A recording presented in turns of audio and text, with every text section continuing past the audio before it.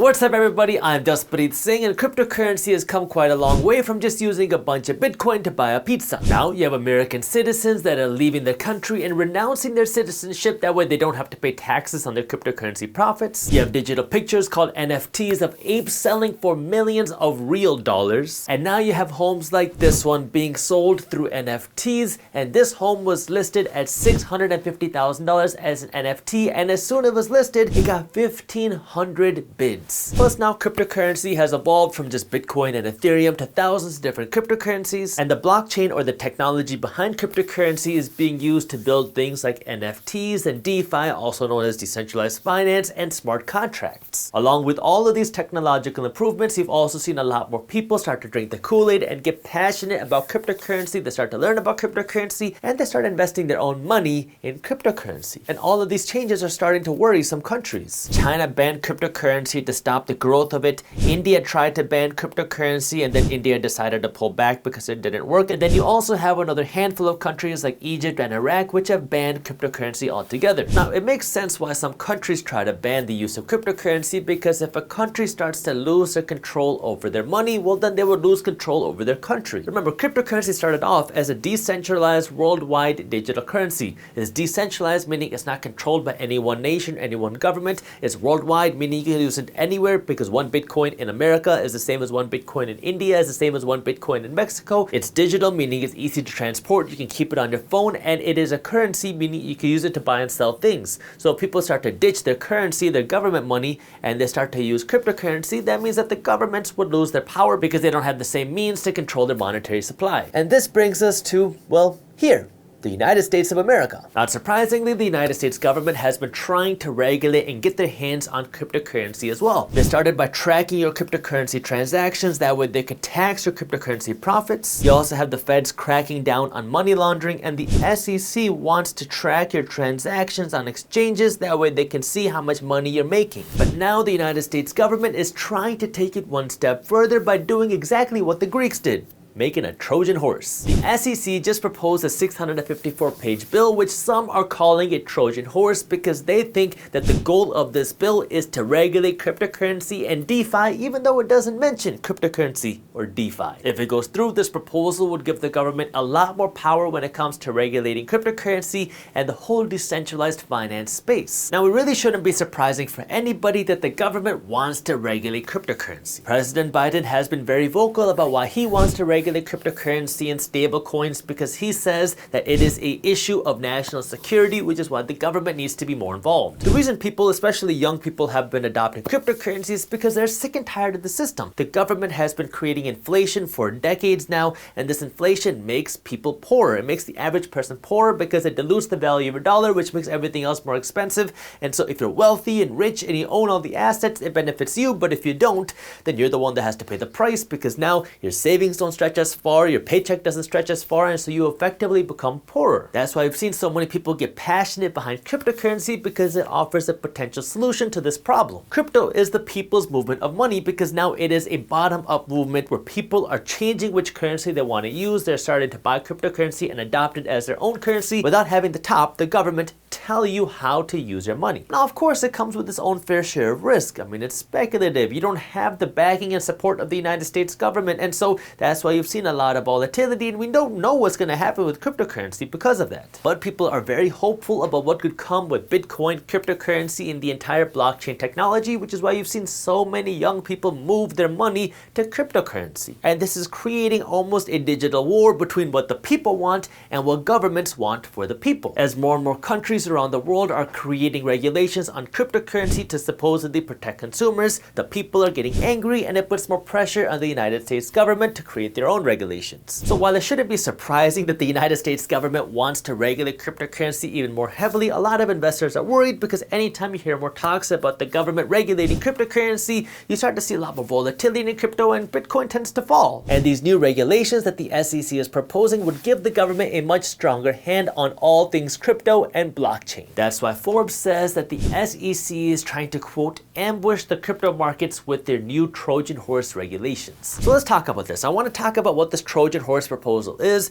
and how likely it is to pass and what's going to come in the future. The SEC, which is short for the Securities and Exchange Commission, proposed a 654-page document which says that they should be able to regulate something called TMP, Treasury Markets Platforms, if they use alternative trading systems. That is a mouthful, and it took me like 10 tries to get that. So let's dissect what this means, starting with the TMP. What is a Treasury Markets Platform? A Treasury Markets Platform, according to the SEC's press release, is anything that trades a government security or a government treasury. When people talk about government treasuries, they're usually talking about government bonds, treasury bonds. And when people talk about government securities, these are investments. So what could be a government security?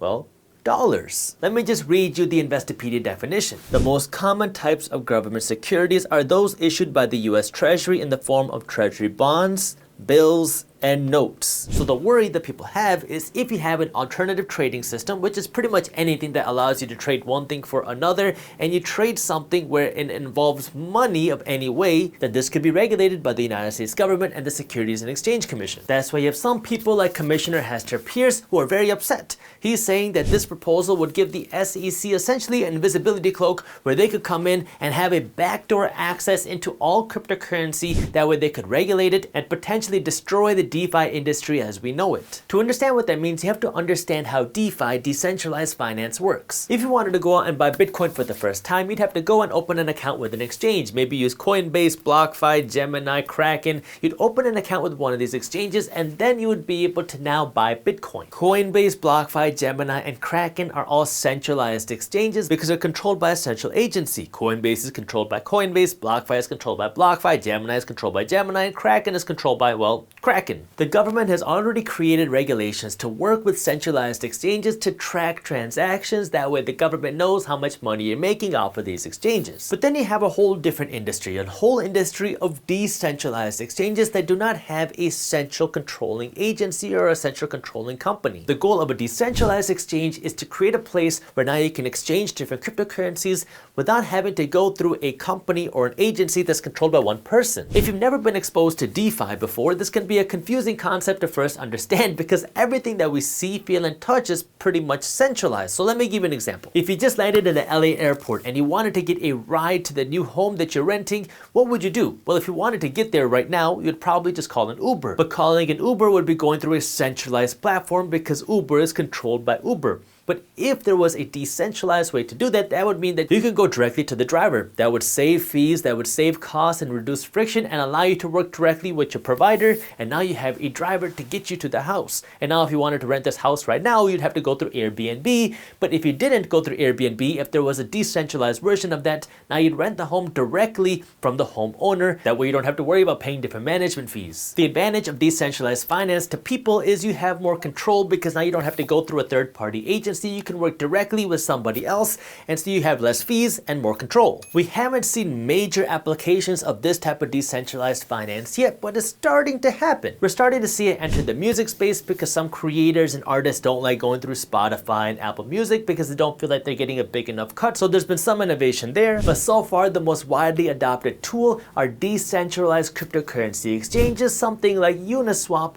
because this is a place where you can convert one cryptocurrency to another without having to go through one of the centralized exchanges. The reason why people really like these decentralized exchanges is because it can be almost anonymous. Now, whether you like centralized exchanges or decentralized exchanges, it's really a matter of personal preference. By the way, if you want to start investing your money in cryptocurrency, you can check out our sponsor BlockFi. I'll put the link in the description below. But the whole goal of DeFi is to bring the power back to the users and customers of a platform because now you are not regulated by a central agency, a central authority, or a central company. Now you are in control, you get to pick your own rules, and you get to work directly with the people that you want to work with. That's why this new proposal is so concerning to people in the cryptocurrency and blockchain space, because it could give the government a lot more power to regulate things like decentralized finance, because it's supposed to be decentralized, but if it's regulated and controlled by the government, then it's not so decentralized. Now, obviously, the government's going to have their own reasons as to why they would want to regulate DeFi. On one hand, they would say that they want to do it to protect consumers so consumers don't get screwed over by scams and other people like that. But then there's also the monetary side, because the government doesn't want to miss out on any potential tax dollars that could be moving through decentralized finance exchanges that they don't see. Now, as an attorney, I gotta tell you this. If you make a profitable exchange on a decentralized platform, it might be anonymous, but you're still liable for those taxes. So if you have a lot of people that are trading cryptocurrencies for a profit on these decentralized exchanges, and because they think it's anonymous, they don't have to report their taxes, the government feels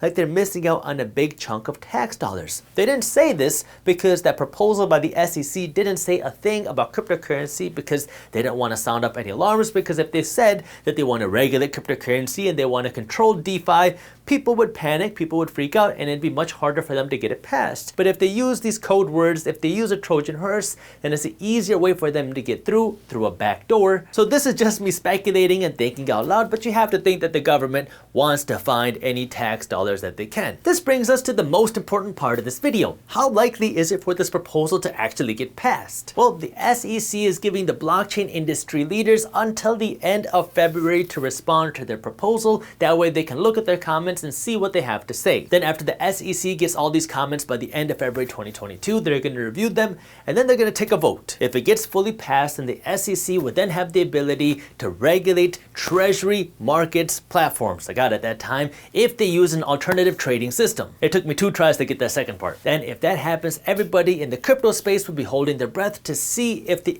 SEC is going to interpret that to mean cryptocurrency platforms and blockchain and DeFi platforms. And if that happens, then you might see some more objection as to the SEC's use of this proposal, and you might see even more litigation coming then, but we don't really know. But there's a good chance that we're going to see more regulation coming into the cryptocurrency space. A lot of big crypto players have even said that regulation would be good, because that would get the government on the same page as the people, because if we have that, then it's not a war between the government and the people. Then the people can freely operate their cryptocurrency, they can freely operate their blockchains, they can freely operate their technologies, and not have to worry about what the government will do. And as always, I'll do my best to keep you updated, which is why if you haven't subscribed yet, make sure you do that. What's up, everybody? If you want to continue building your financial education, I linked a relevant video here that I think you'll love, and as an added bonus, I have a free guide on how you can start generating passive income that you can download and read for free. All you gotta do is click that button below. The scarcest, most desirable asset in the universe is Bitcoin.